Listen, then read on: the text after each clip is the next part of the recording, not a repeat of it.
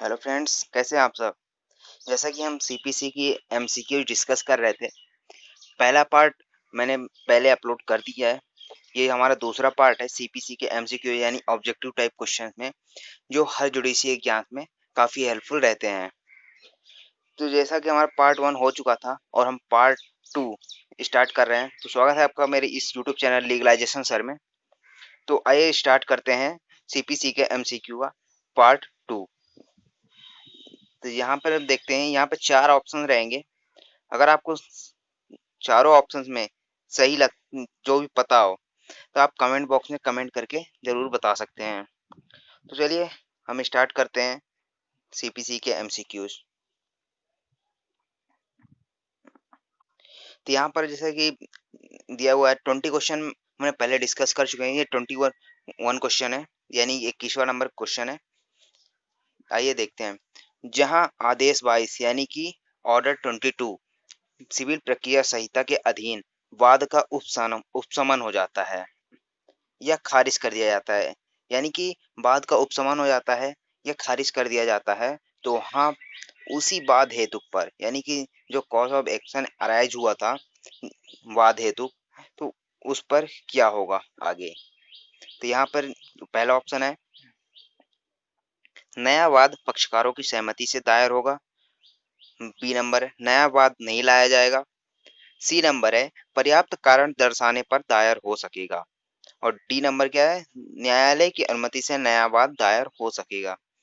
तो जैसा कि ये चारों ऑप्शन दिया हुआ है, अगर आपको चारों ऑप्शन में सही ऑप्शन पता है तो आप कमेंट बॉक्स में कमेंट करके जरूर बताएं। इसमें से जो सही ऑप्शन होगा वो है बी नंबर, यानी कि नया वाद नहीं लाया जाएगा। यानी कि ऑर्डर 22 सिविल प्रक्रिया संहिता यानी सीपीसी के तहत यदि किसी वाद का उपशमन हो जाता है या उस वाद को खारिज कर दिया जाता है यहाँ पर, तो वहां पर उस वाद हेतु पर, यानी कि जिस वाद हेतु पर पहले केस दायर किया गया था और खारिज कर दिया गया है, तो वहां पर नया वाद नहीं लाया जा सकेगा। यह था हमारा 21st क्वेश्चन। तो चलिए आगे देखते हैं।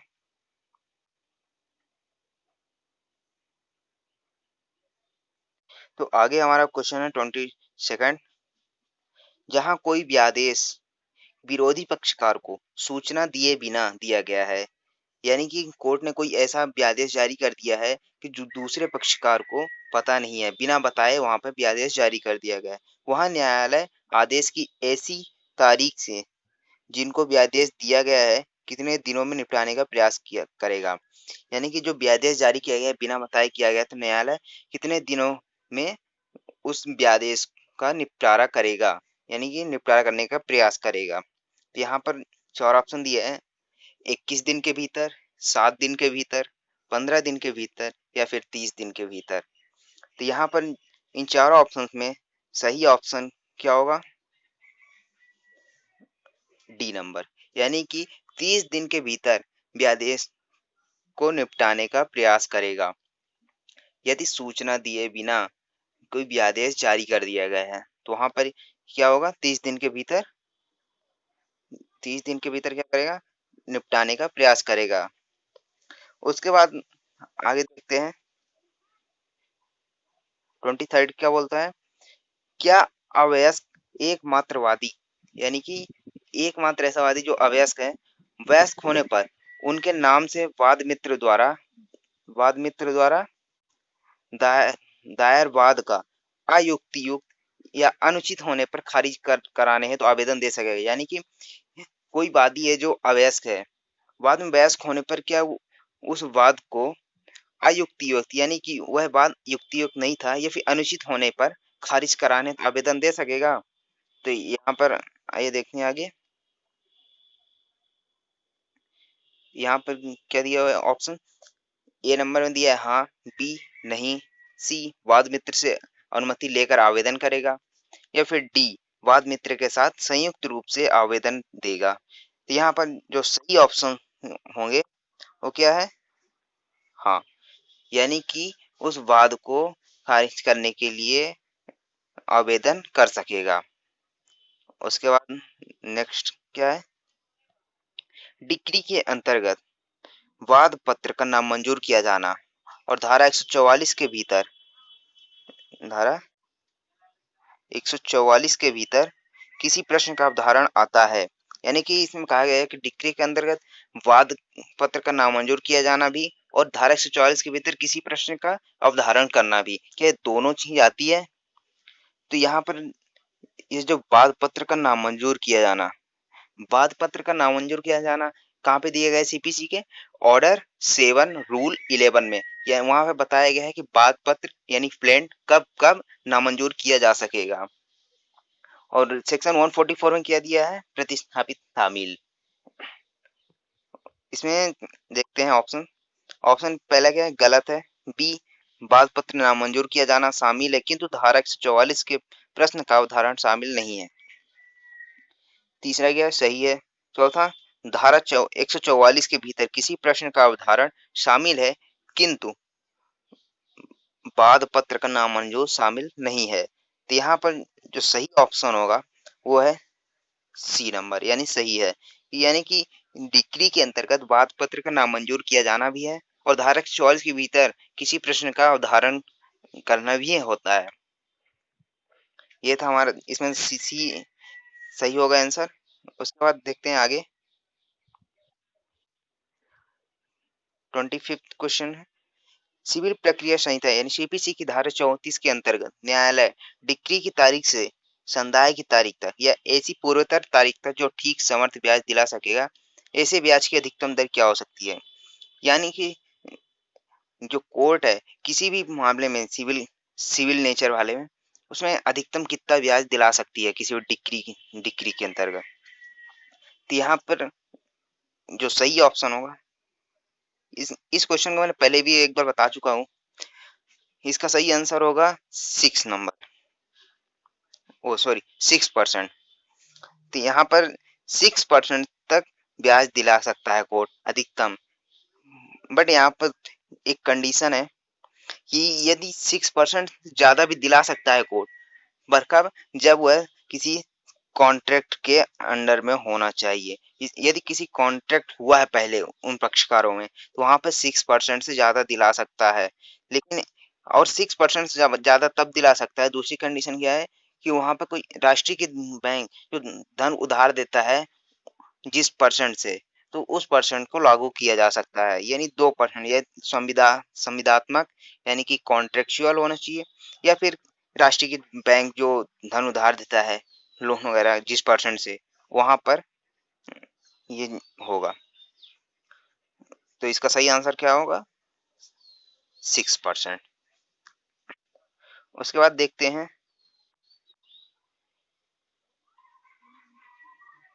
कैविएट दायर करने की दिनांक। कैविएट दायर करने की दिनांक से कितने दिन पश्चात प्रवृत्त नहीं रहेगा, यानी कि जब कैविएट दायर किया जाता है तो वह कब तक वैलिड रहता है, कब कितने दिन पश्चात का नहीं होगा वो। तो इसमें 4 ऑप्शन दिए गए, 15 दिन, 90 दिन, 30 दिन और 60 दिन।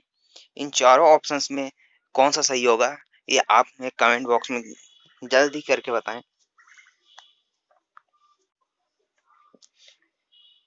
तो इसका जो सही आंसर होगा वो है 90 दिन, यानी कि बी नंबर का पॉइंट सही है। 90 दिन के बाद वो वैलिड नहीं रहेगा, उसके पश्चात प्रवृत्त नहीं रहेगा जो कैविएट होता है। उसके बाद देखते हैं अगला क्या है।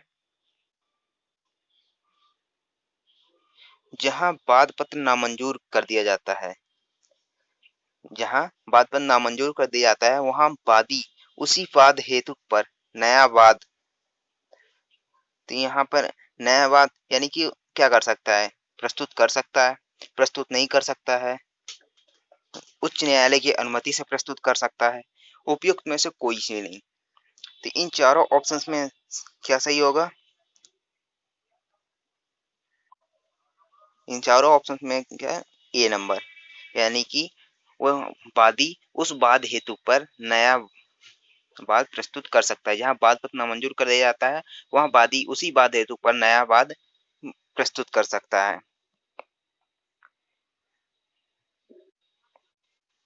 उसके बाद देखते हैं अगला क्वेश्चन क्या है। जहां वाद पत्र किसी ऐसी अविभक्त संपदा के विभाजन के लिए है, यानी कि जो विभाजित संपदा नहीं है, अविभाजित संपदा के विभाजन के लिए जो वाद दायर किया जाता है, वाद पत्र दाखिल किया जाता है, जो शासन को राजस्व के भुगतान हेतु निर्धारित है, यानी कि जिस संपदा के लिए राजस्व दिया जाता है सरकार को, तो वहां संपदा का विभाजन विधि के अनुसार किसके द्वारा किया जाएगा। तो यहाँ पर जो संपदा का विभाजन है वो किसके द्वारा किया जाता है।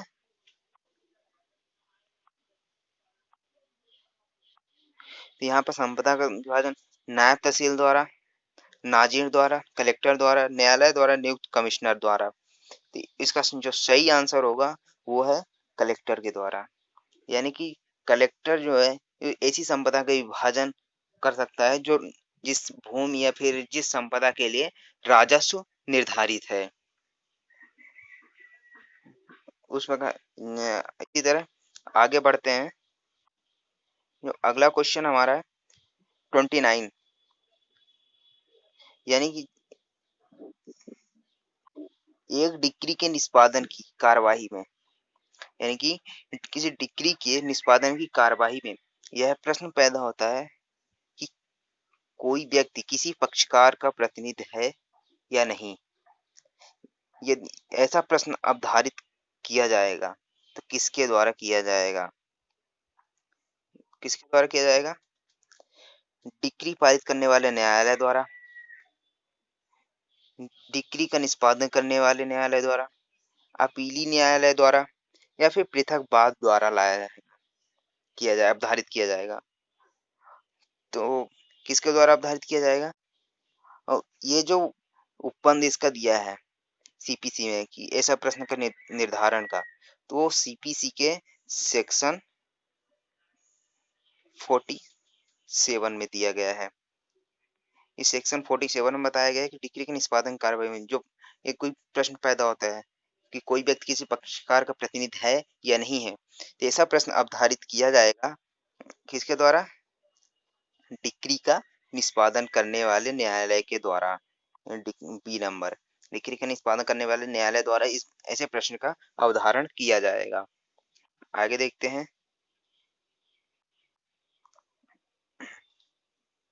रेलवे से संबंधित वाद में, यानी कि रेलवे से संबंधित जो केस लगाया जाता है वहां पर वादी या प्रतिवादी के रूप में नामित किया जाने वाला प्राधिकारी कौन होगा। यदि कोई रेलवे के खिलाफ कोई केस दायर करता है तो वहां पर जो रेलवे की तरफ से उस जो प्राधिकारी होगा वो कौन होगा।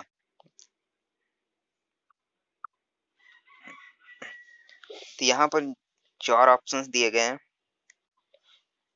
उस रेलवे के प्रबंधक, प्रधान प्रबंधक द्वारा, केंद्रीय सरकार का सचिव, जिले के कलेक्टर, रेलवे का स्टेशन मास्टर। इन चारों में से कौन सा ऑप्शन सही है। इन चारों में से सही ऑप्शन है उस रेलवे का प्रधान प्रबंधक। यदि रेलवे से संबंधित कोई मामला है तो वहां पर रेलवे का प्रधान प्रबंधक ही वहां पर वादी या प्रतिवादी के रूप में नामित किया जाएगा रेलवे की ओर से।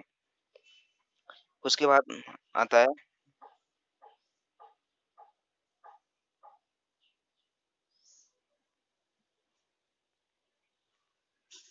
31, समन की तामील किए जाने पर प्रतिवादी, समन की तामील किए जाने पर प्रतिवादी निवास स्थान पर अनुपस्थित मिलता है।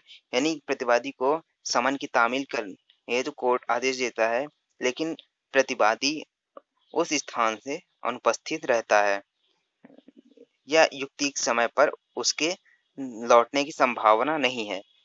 ऐसी स्थिति में समन की तामील उसके निवास, उसके साथ निवास करने वाले, यानी कि कोई व्यक्ति जिसको समन की तामील की गई लेकिन वह अनुपस्थित रहता है या फिर युक्तियुक्त समय में नहीं मिल पाता है या फिर लौटने की संभावना नहीं है, तो ऐसी तामील किस किसको की जाएगी।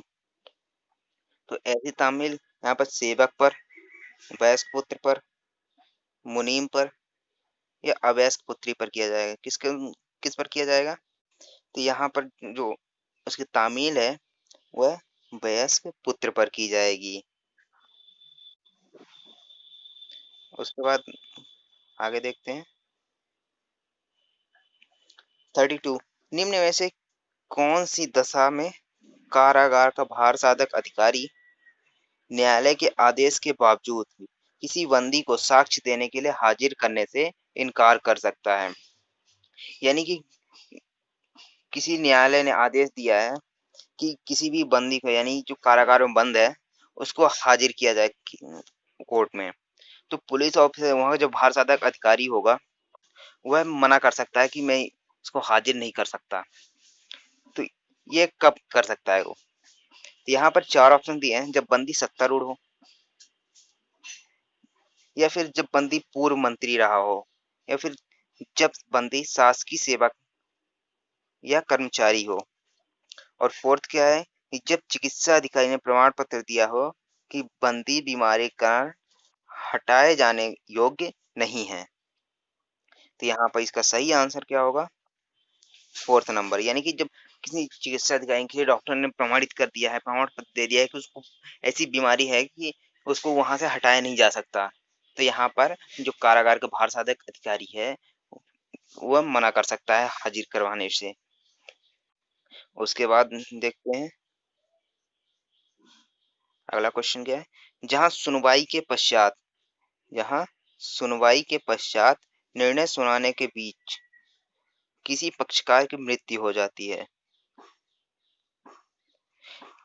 जहां पर सुनवाई की जाती है, सुनवाई की समाप्ति हो चुकी है और निर्णय नहीं सुनाया गया है, तो सुनवाई की समाप्ति के बाद और निर्णय सुनाने के बीच अगर किसी पक्षकार की मृत्यु हो जाती है, तो वहां पर उसका क्या होगा?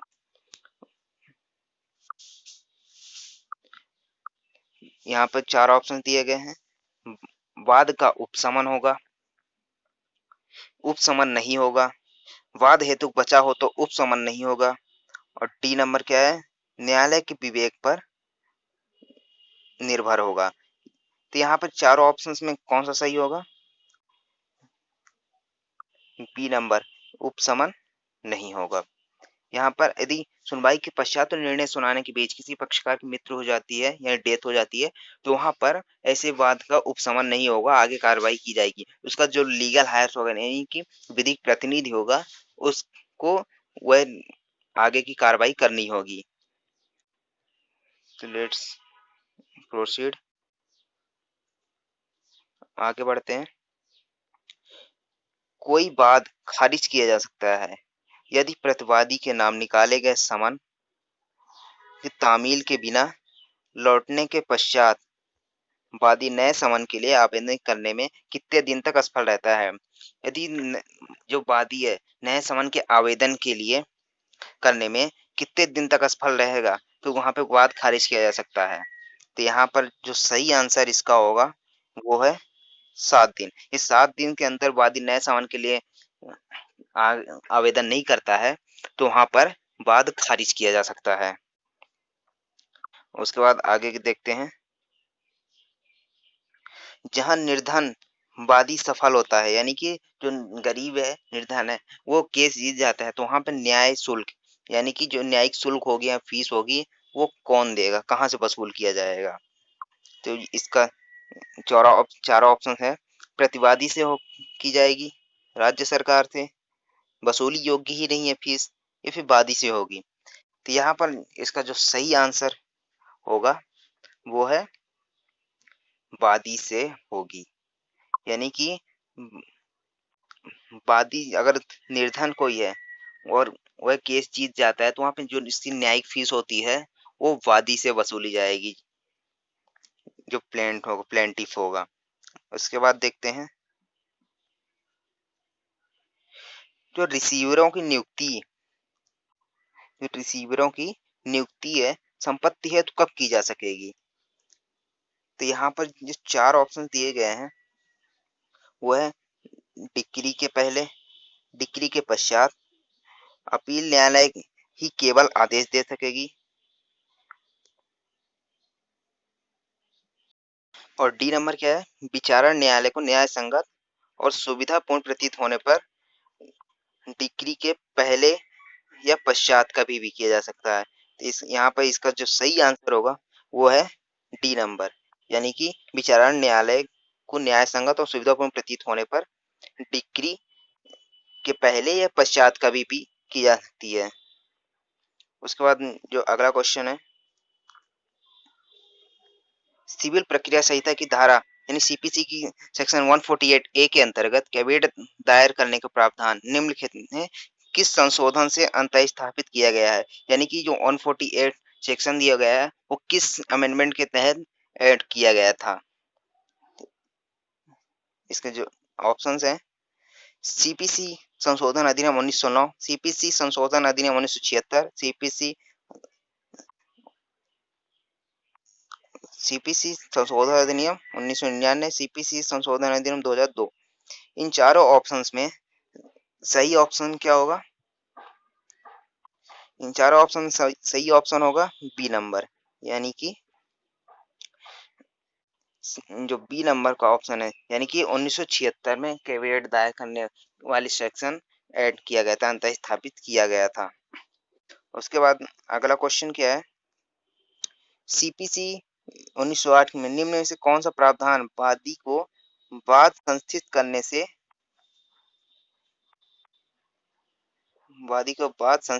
निवारित करता है? यानी कि निम्न में से कौन सा ऐसा प्रावधान है जो वादी को वाद संस्थित करने से रोकता है?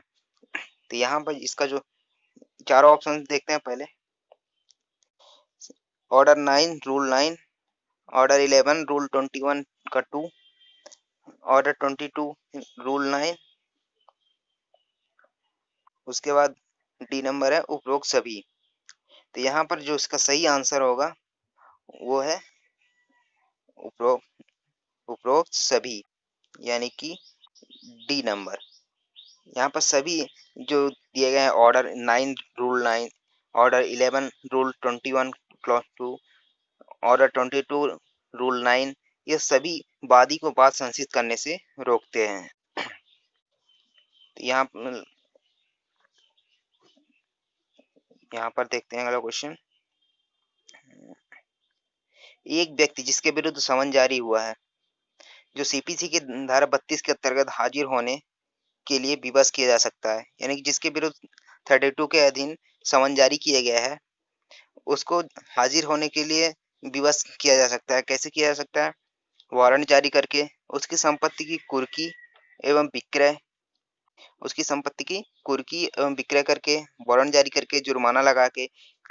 इसका जो सही आंसर होगा वो है उपरोक्त सभी, यानी कि वारंट जारी करके, जुर्माना लगा के, उसकी संपत्ति की कुर्की एवं बिक्री करके सभी प्रकार से उसको हाजिर होने के लिए विवश किया जा सकता है।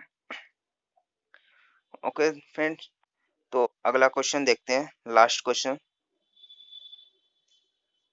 सीपीसी 1908 की धारा 58 के अनुसार किस धनराशि के भुगतान के लिए जारी डिक्री के मामले में सिविल कारावास का आदेश नहीं दिया जा सकता? अधिकतम 1500 रुपए तक के लिए, अधिकतम 500 रुपए तक के लिए, अधिकतम 2000 और अधिकतम 5000 रुपए। तो यहाँ पर इसका सही आंसर होगा सी, यानी कि अधिकतम 2000 रुपए तक के लिए सिविल कारावास आदेश नहीं दिया जा सकता। तो आज की वीडियो में सिर्फ इतना ही।